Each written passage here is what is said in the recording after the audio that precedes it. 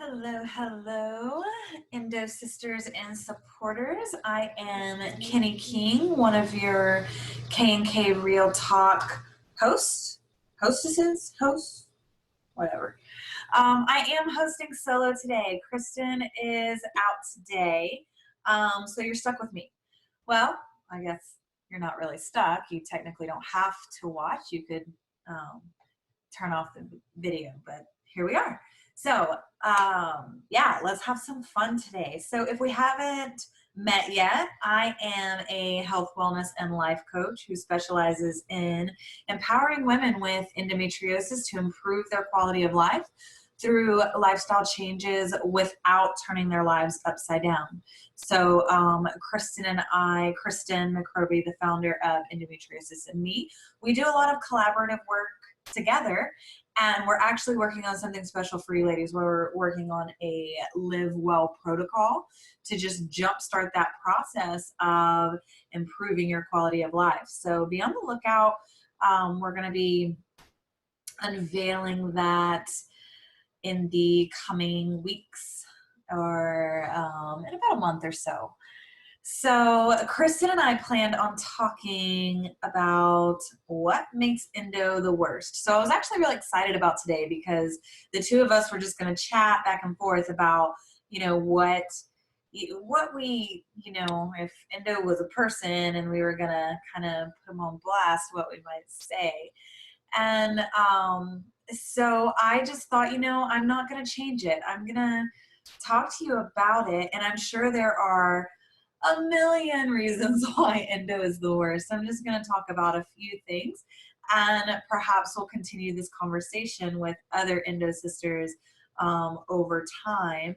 And so, we're here. So vent. Let us know what makes it the worst for you. And I'm just going to jump right in. Because I think any one of us endo goddesses would be able to talk about this subject probably for hours on end.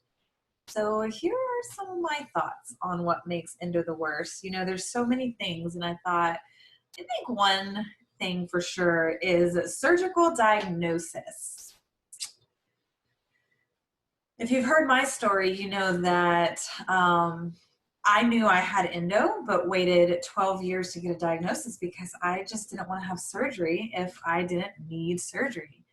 And there is a silver lining here, which is I did manage my symptoms well enough through lifestyle that I delayed my need for surgery. But we're not here to talk about silver linings. It's crap. I mean, let's just put it out there. It's crap that endo requires surgery for a definitive diagnosis. This causes delays in diagnoses. A non-invasive procedure may be just around the corner. I have been reading some interesting research, but that doesn't change the fact that we got to have people all up in our insides, cutting into muscle and tissue just to say, yep, you've got the endo, lady. Thanks. Thanks for that, endo. I'm looking forward to them really understanding the condition so much more so that we don't have to go through so much just to get a diagnosis.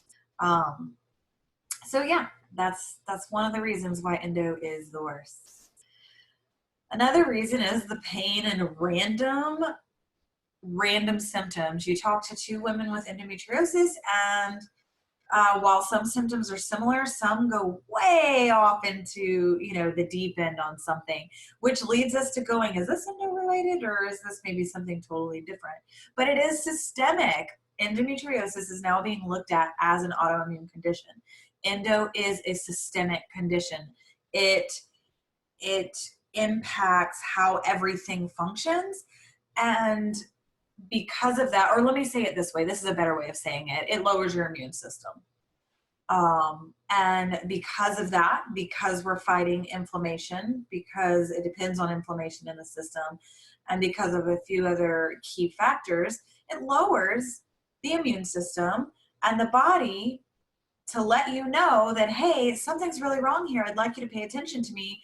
gives you all of these symptoms from head to toe that don't even seem to be connected half the time. And so here we are feeling like we have some sort of reproductive flu that, you know, comes with, it consists of eviscerating the organs with every kind of medieval torture device you can imagine. Like if I were to explain how it feels, that's probably how I would. Like when you think of medieval um, torture and all of the different things that they did, it's like, yeah, that, you put all that from the inside out instead of the outside in, and that's pretty much endo. I mean, you've got the pulling and the throbbing and the stabbing and the bloating and the endo belly, and those two are different. The hair loss and the headaches and the dizziness and I can't stand upright and anemia and bruising and fatigue and I can't sleep. I'm sleeping too much. I'm not hungry. I don't have an appetite. All I can do is eat. It's like it's so different for each woman, and then some of these things are the same, and then it shows up in all these different ways. And when there are women who would rather endure natural childbirth over an endo flare up, that's saying something, right?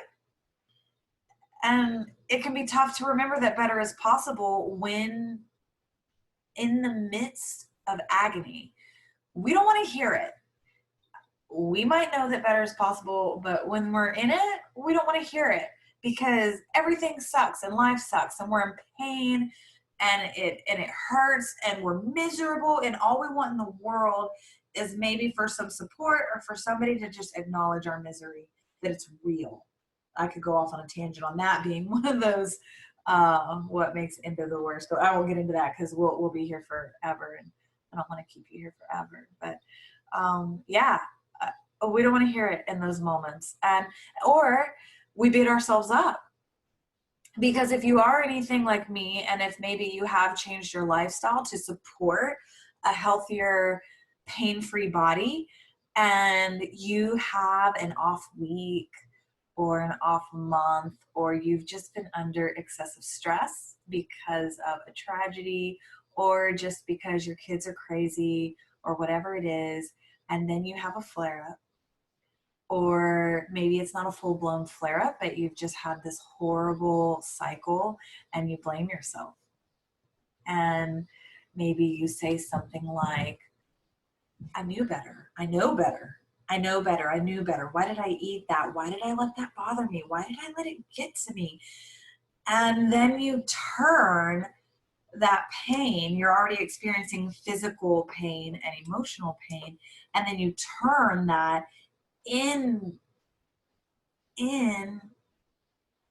words as this attack on yourself with blame and shame and guilt. And it's like, man, how many ways can it sneak in? How many ways can it try to get you and get the claws in? So remembering that aspect, if that is you, if you got off track or didn't get off track, and then suddenly you're in more pain than you're used to being in anymore, taking that time to just step back and nourish yourself. I know that's easy for me to say right now in this moment, and it's not easy for us to say to ourselves when we're in it,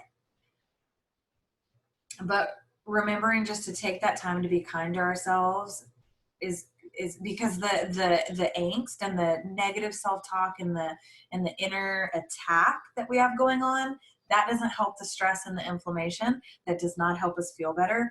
All it does is make it worse. We get tight, we get tense, we're mad, we're angry, even if it's anger at ourselves and turned inward. So yeah, that's one of that makes endo the worst. Not only is it, the level of pain that maybe a pain pill's not even touching, or you've tried all of these things, and or you found what works for your body, and then you get off track and you are an asshole to yourself because you got off track. So there's there's those things.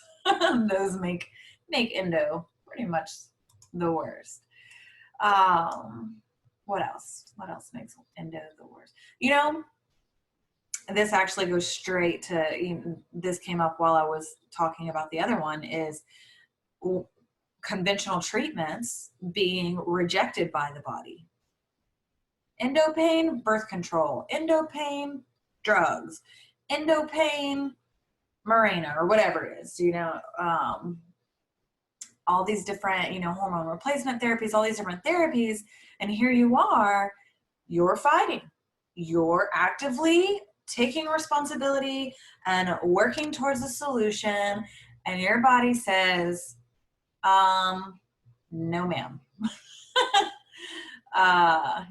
Here you are.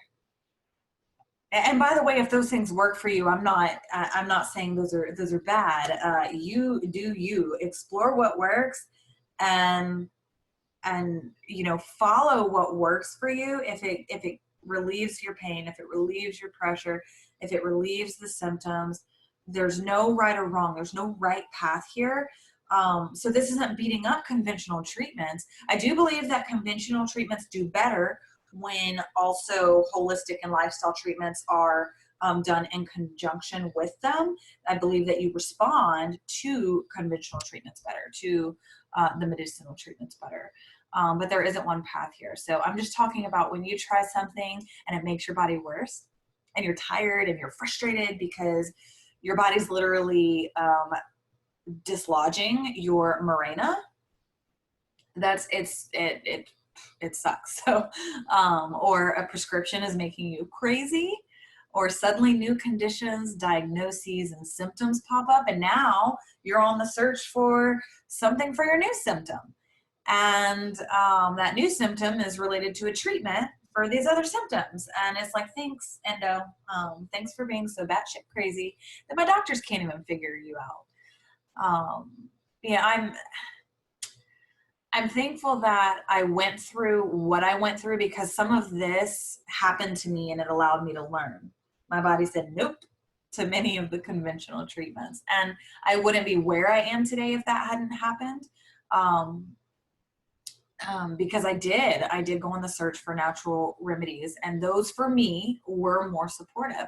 But let's face it, let's talk about what we really want, which is a miracle pill or potion that is taken one time, miraculously removes endo from our bodies forevermore. Sometimes we just need to create some space to be mad and acknowledge that it sucks. End of story. I mean, that's just it. For all of these things, like all of these reasons why endo is the worst, I really could flip it right around and tell you, but here's the solution for that, or here's what your body's trying to tell you, or here's the message in it. There's an underlying message. But sometimes we just need to give ourselves space to acknowledge that this sucks. I'm mad. I don't want to reframe it. I don't want to feel better in this moment. I just want to acknowledge that I'm miserable, that I don't like it, and that's that. And okay, don't live there. Don't live there. It doesn't serve you to live there. I'm like pointing. Yeah. I've started noticing on these videos, I have like really large hands. Like they're like this big as my head. My fingers are really long. Anyway. All right. What else? Oh, this one is huge. I don't even know. I almost don't want to bring it up just because I could really go off on a tangent here. But interrupting sexy time. I mean, let's be real. You've got your lingerie and your music and your mood lighting or whatever.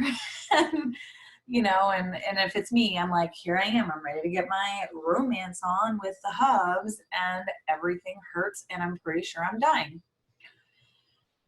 And I'm also uncertain at how long it'll be until we can be intimate without pain and without feeling like I'm dying. And that is, I am very fortunate. I have a loving, patient husband who doesn't want to see me hurt or in pain. And while pain during sexy time is no longer a thing for me, it's at least not a regular occurrence. I'm not saying it'll never happen again. It was devastating. devastating to want to connect with my husband in that way, and that it hurt me so badly that even after I began to improve, he would still like study my, do any of your, partners like study your face for signs of discomfort, like just in case you don't tell them?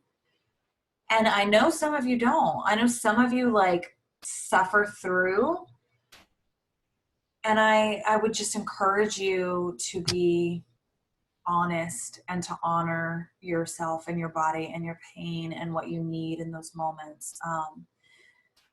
Because I mean, I just know that that happens, and I know that it happens, more than it should. And I see, in fact, I've seen so many of you in the endometriosis group talking about, being afraid that your partner's going to leave you, or being afraid that, well, how patient could they possibly be? And this part is heartbreaking. So first, like, let's just be mad about the fact that something that's supposed to be pleasurable and intimate, and the way that you connect with the person that you love the most in the world, happens to be something that can cause a great deal of pain. And not just in that instance, but you might not recover for days, or for some of you, I know it's weeks. I've had times where I thought I was physically going to be ill, like vomit afterwards, and like my head, like just all of like symptoms that weren't even located in my pelvic region, that, were all like the pain there, and then maybe a sudden headache, or maybe, just suddenly being nauseous, and all of it. And so there are things that can be done. And but I hope that you value yourself and your truth enough, to at least work on that communication factor. I know that part is difficult. I know it's difficult to share your truth and your vulnerability, but you do deserve a partner that is going to listen and be supportive and care about the fact that you're in pain. And I'm just not even in this moment going to acknowledge the people, or not, I'm not going to acknowledge the unsupportive people who can't respect that you're in pain. I just can't right now, because I'm already a little emotional just talking about the subject, because it's such a sensitive, such a devastating, such a painful. It's not just physically painful. It impacts you mentally and emotionally and spiritually. It impacts you in every aspect. And even in the most supportive marriage, it does impact your marriage. So I am here to say that if this is you, you can improve this aspect.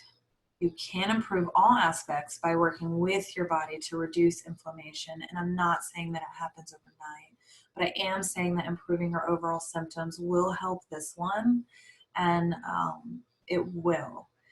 And that part of the journey, I know, can be very devastating, painful, frustrating. It might be one of the most painful aspects, because when we're in pain and when we're in relationships, we want to be able to connect with the person that we love the most. And there's a piece of that that feels like it gets taken away. And so that is one of the many reasons that endo is the worst. So I'm going to move on, so that I don't totally break down on you guys, because you're not here to see me ugly cry on camera. It happens from time to time, but I'm not doing it today. So, what makes endo the worst? I think it's what we don't know. What makes endo the worst is how much we don't know, and how it fools women into believing that there's nothing we can do. That makes it the worst. I think that's my biggest beef with endo. It's that it has And I know that the reason that I know that it's just now getting its time in the light. I know that so many research studies are happening right now. I'm seeing them everywhere, and it's amazing and it's wonderful. Women are speaking up and speaking out. This shame factor is being removed slowly. I know that some of us are still afraid to say it out loud, or just to say, in common, in talking to your children or talking to your family or trying to explain what's happening to your body. And it's, it's a reproductive thing. It's not always comfortable, and there's been some stigma and shame, and just like how people don't talk about periods. I mean, hello. But we're getting better, we're improving. But I think culturally and medically, there's a responsibility there. There's an aspect of that it's, it's fresher. It's not new. I mean, it's not, but it's fresher on the mainstream and newer there. And so because there's so much we don't know, and because our view is limited and narrow, and because the view of the medical community is sometimes limited and narrow, not always, so many women are believing that there's nothing to do. This is my normal. This is how I have to live the rest of my life. I'm in chronic pain. It's infiltrating my system, and it's just going to come back with a vengeance, and it's just going to get worse, and it's going to go everywhere, and it's going to be on my bowel and I know some of you already are experiencing it there. And we have women going in just very young ages, just getting hysterectomies, thinking that that's going to make it go away. And it's heartbreaking to see this, because when they have a hysterectomy and then it doesn't make it go away, that there's a systemic issue happening here. The defeat and this sense of there's nothing I can do. And there are so many things that we get to do and that we can do. But then that's a double-edged sword, because we get overwhelmed. We hear that there are things we can do, and we start researching these things. And then we get overwhelmed because there's so much that we can do. And, I try to tell my clients, when in overwhelm, when you look at all these things that you want to do and all these things that you want to try, remembering that the fact that there are so many things, that's hope. That means that there's an abundance of opportunities to reduce and relieve symptoms, to reduce it chronically growing back or being as invasive as it can possibly be. So if that's you and you are overwhelmed, or you get overwhelmed and it stops you in your tracks. I've done this before. I've done it where I got to a certain point and then I got overwhelmed and I was like, this is taking over my whole life. I can't do this. I'm not gonna do this. And so I just I took the relief that I had gotten up until that point, but I didn't continue my journey. And don't do that. Don't be like me in that time frame, because better is always possible. And there are, don't allow possibility stop you. We get overwhelmed because there's possibility. Look at possibility as hope. We'll do whatever you want to do. I mean, I'm clearly not your boss, but I want to encourage you to acknowledge that when I'm in overwhelm, it means there's so many possibilities. There are so many different decisions, and I can just take a step back and let's narrow it down. Let's pick a couple, let's go, and let's work. And then we can always continue to up level and adapt and add in new options. There are nutritional changes, lifestyle changes. There's acupuncture. There are essential oils, environmental changes. That's a big one, by the way, environmental changes. Mental and emotional changes, mindset changes, energy healing, stress relief.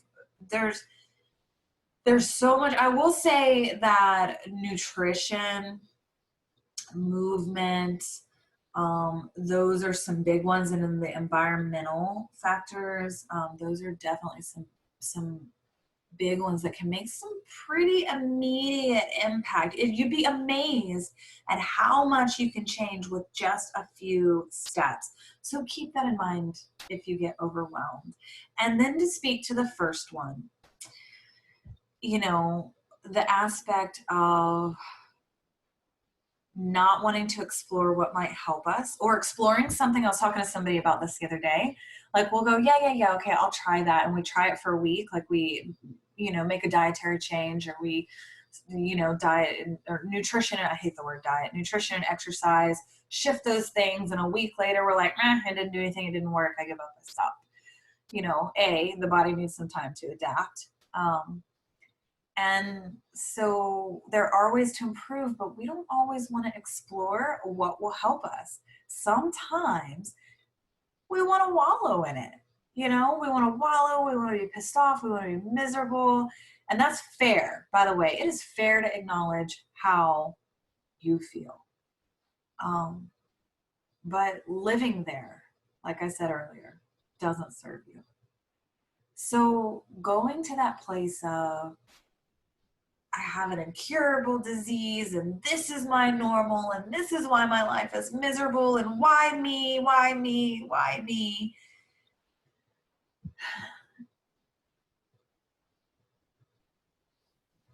You have so much power.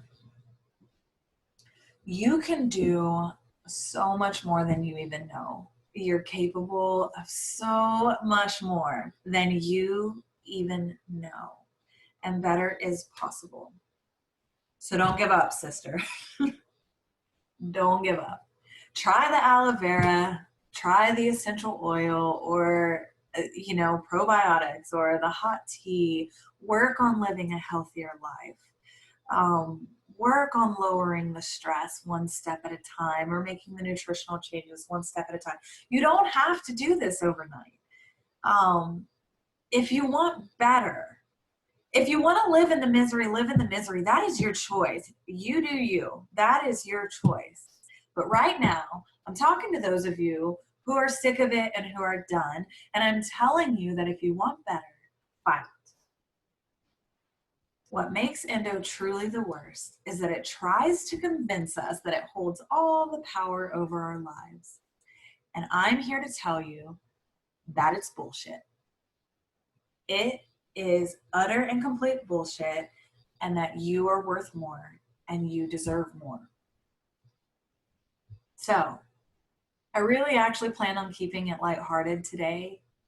But it didn't pan out exactly like I expected, which is fine because I kept it real, and this is called Real Talk. And we're talking about, the ins and outs, the highs and lows, the ups and downs, the journey that is endo. So thank you for, being here with me today, and I'd love to hear any feedback or responses. And once again, like we always say, Kristen and I are doing this for you.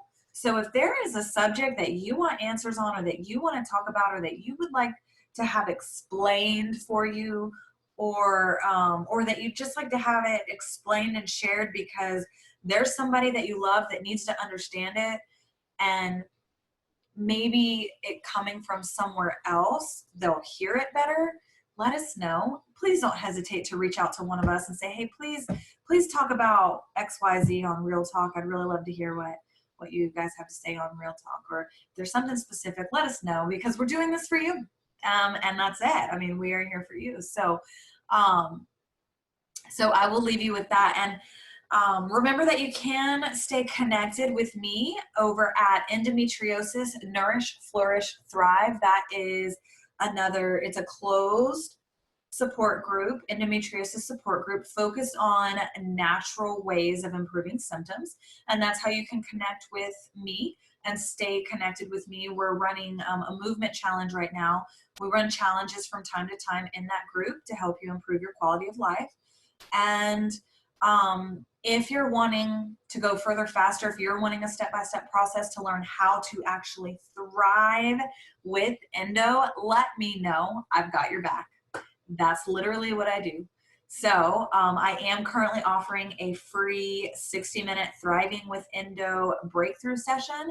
So if you would like to take advantage of that, just reach out to me directly and let me know, and we'll get you all set up and on track to Thriving with Endo.